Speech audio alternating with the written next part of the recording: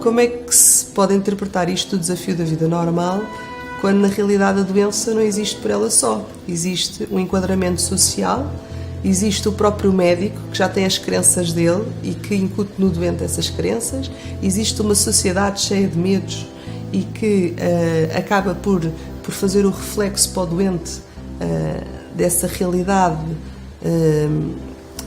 de morte, de não aceitação. Portanto, o doente está um bocadinho condicionado e sem liberdade. Se ele quiser acreditar nele próprio, é um grande trabalho, porque todos os outros não acreditam.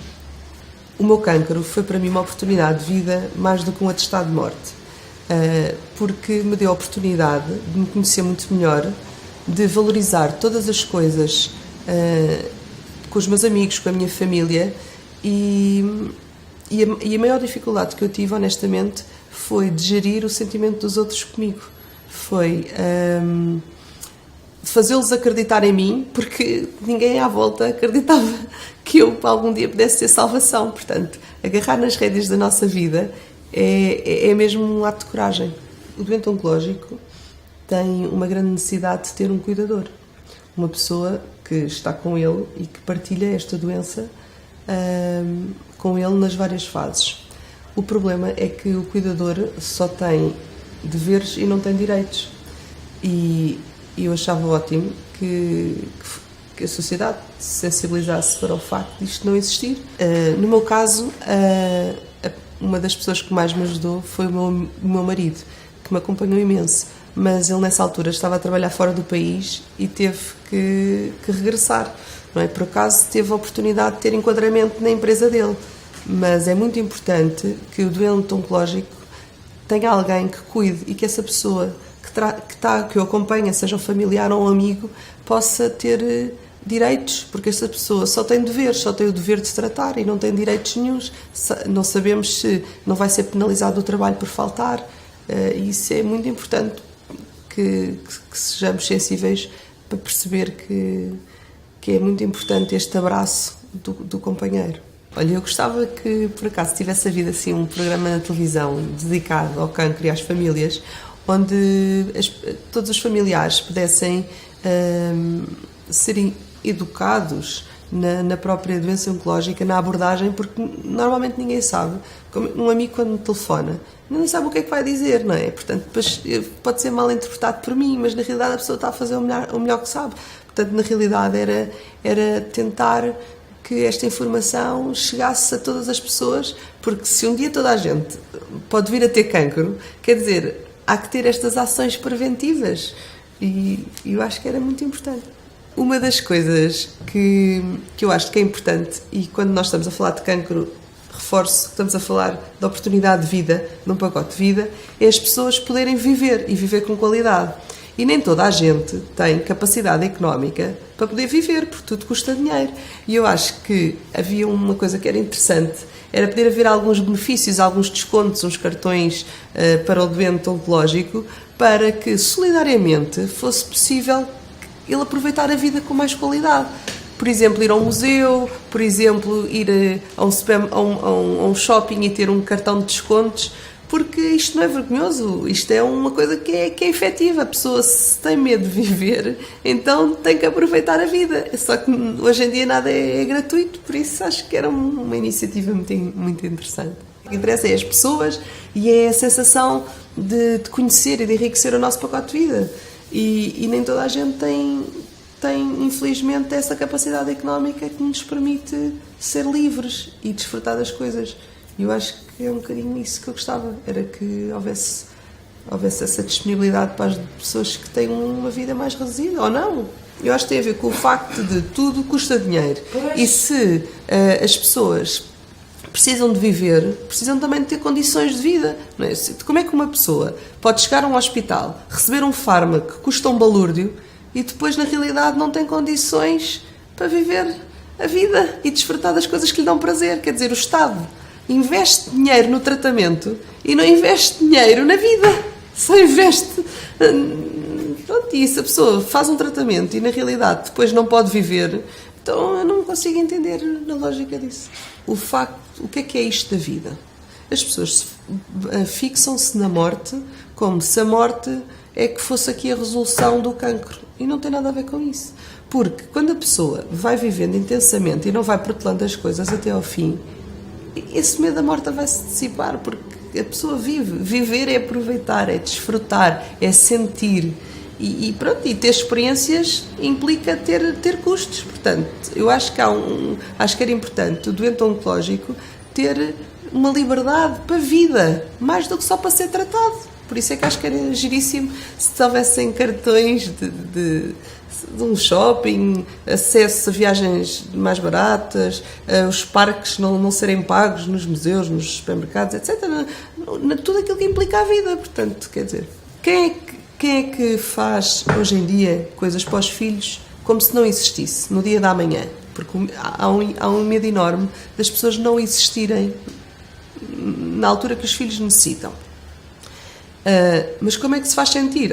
Um dia não vou estar na cama das fitas da minha filha. Então vou já fazer uma fita. Eu já fiz uma fita para a Madalena.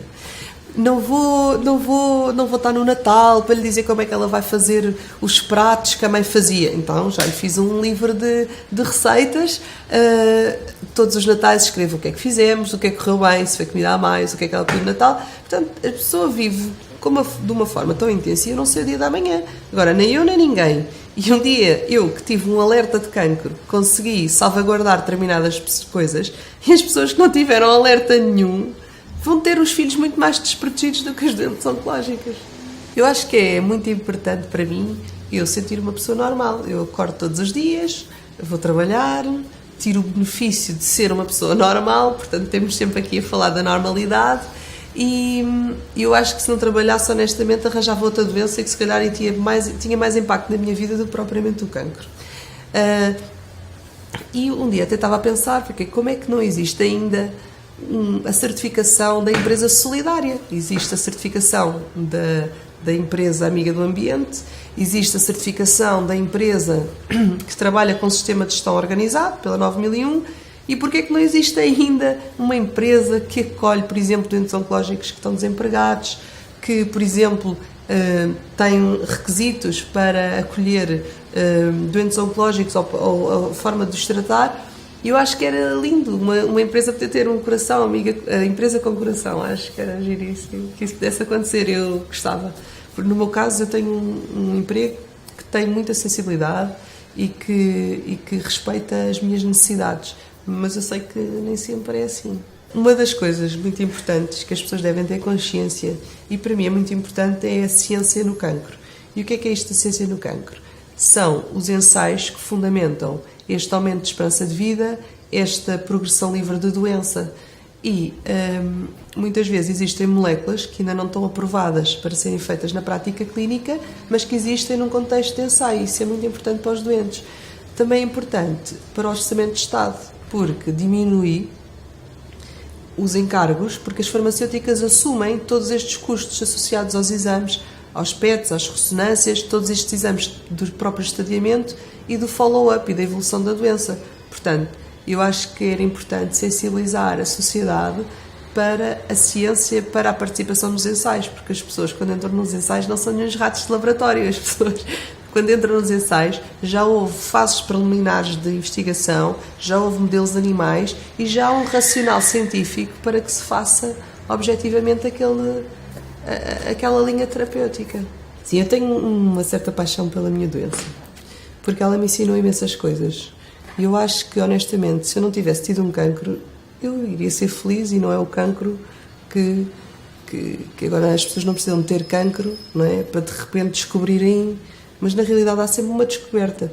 E quando eu falo na palavra cancro como uma oportunidade de vida, é para mim, não significa que não seja para as outras pessoas. E foi graças a eu ter tido cancro que eu consegui resgatar mesmo a minha vida e o conhecimento de mim próprio. Eu podia ter vivido a vida inteirinha sem ter nenhuma doença e sem ter nenhuma dificuldade ou desafio, e se calhar não produzia nada e passava por cá e não tinha crescido espiritualmente como cresci. A verdade é que houve uma altura da minha vida em que eu também deixei de acreditar, porque todas as pessoas vivem com este estigma que a doença oncológica é o pior que nos pode acontecer. e depois toda esta energia e estes espelhos das pessoas passam para nós. E a pessoa às vezes fica mesmo diminuta, tipo, olha, realmente isto, o que é que eu fiz? Porque é que isto me aconteceu? Porque eu? E eu, depois de ter estado um bocadinho a mastigar isto, eu percebi, mas porque não eu? Mas como é que, se é verdade que uma pessoa, tendo fé, acreditando nela e tendo alguma responsabilidade sobre a vida, como é que é isto de sermos responsáveis por nós? Porque é que eu vou depositar no médico toda a responsabilidade sobre a minha vida que eu também tenho?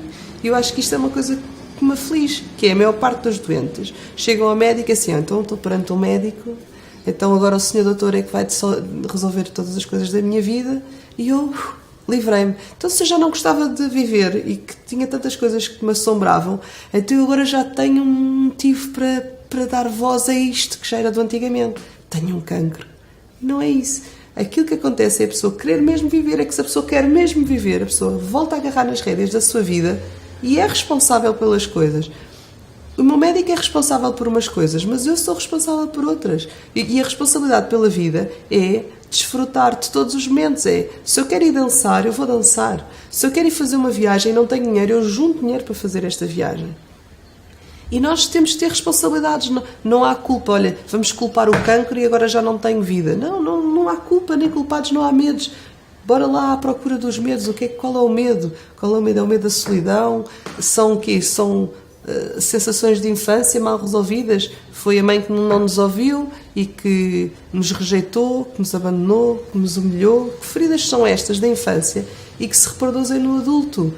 Vamos resgatar isto, vamos à procura da felicidade pela vida e assim o cancro não tem voz nenhuma.